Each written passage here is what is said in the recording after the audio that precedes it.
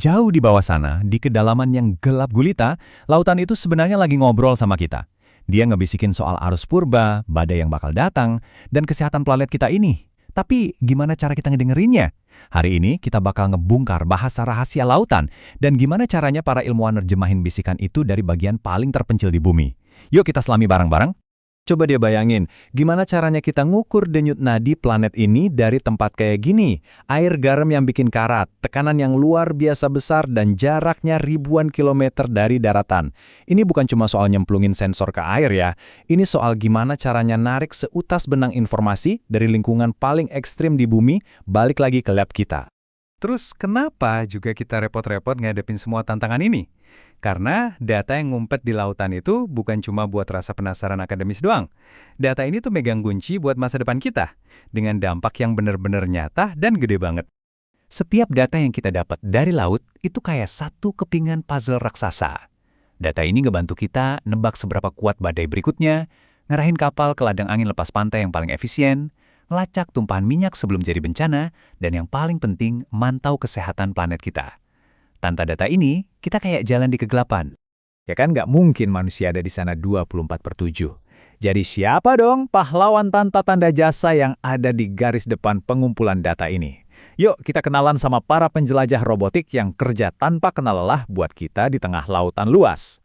Ada dua jenis utama nih di armada robotik ini. Bayangin aja, pelampung data itu kayak pesan dalam botol versi canggih yang ngukur kondisi sekitar sambil ke bawah arus. Nah, terus ada AUV, ini kapal selam otonom pinter yang kayak anjing pelacak bawah air ngejalanin misi yang udah ditentuin di kedalaman. Nah, ini dia jantung dari semua operasi ini. Mau itu pelampung yang ngambang atau IUV yang nyelam, kemungkinan besar di dalamnya ada alat penting ini, sensor CTD.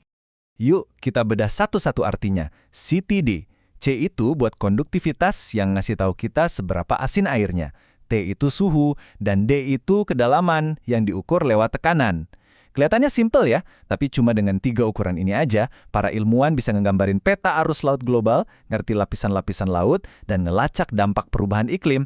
Ini benar-benar fondasi dari oceanografi modern.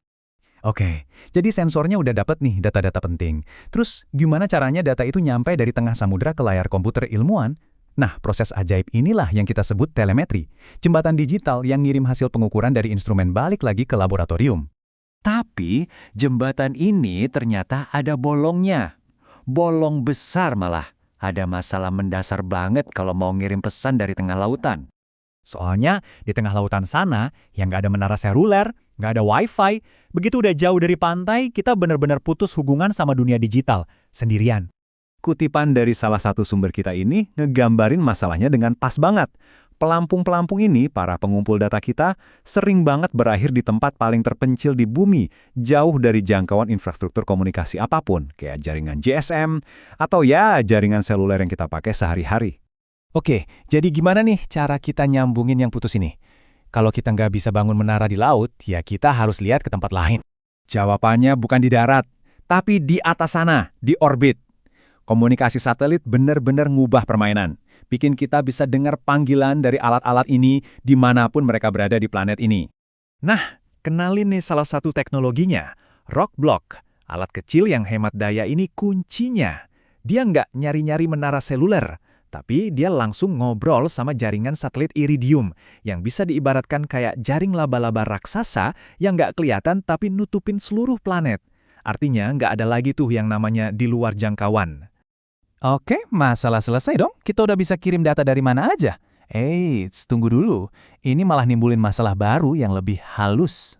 Kalau kita ngirim informasi penting secara nirkabel keliling dunia, keamanan jadi urusan utama. Gimana coba caranya kita mastiin data yang diterima ilmuwan itu sama persis dengan yang dikirim sensor tanpa ada yang nguping atau ngubah-ngubah di tengah jalan? Solusinya, tambahin satu langkah krusial di alur datanya. Kalau kita lihat di sini, data dari sensor itu nggak langsung dikirim begitu aja. Tapi, datanya dilewatin dulu ke semacam brankas digital, proses enkripsi. Jadi datanya diacak jadi kode rahasia sebelum ninggalin si AUV. Jadi gini cara kerjanya. Pertama, AUV-nya ini bertindak kayak mata-mata. Ngunci data di dalam brankas digital pakai algoritma yang kuat. Terus, pesan rahasia yang nggak kebaca ini dikirim lewat satelit dan disimpan dengan aman. Cuma pas pengguna yang berhak, yang punya kunci digital unik, minta datanya, barulah pesannya bisa diurai lagi jadi bentuk aslinya yang bisa kita pahami. Algoritma yang dipakai di studi kasus ini namanya IDEA. Ini jenis enkripsi block cipher. Artinya dia ngambil data, suhu, kadar garam, terus dikocok-kocok jadi blok-blok yang rumit. Anggap aja kayak kita punya berangkas digital super canggih yang ngubah informasi berharga jadi tulisan acak-acakan yang nggak ada artinya sama sekali buat siapapun yang nggak punya kunci kombinasinya. Terus, seberapa cepat berangkas ini bisa dibuka? Menurut penelitiannya, waktu rata-rata buat dekripsi data itu cuma 0,0065 detik. Itu lebih cepat dari kedipan mata. Ini bukti kalau keamanan yang kuat itu nggak harus berarti prosesnya jadi lemot. Keren banget kan?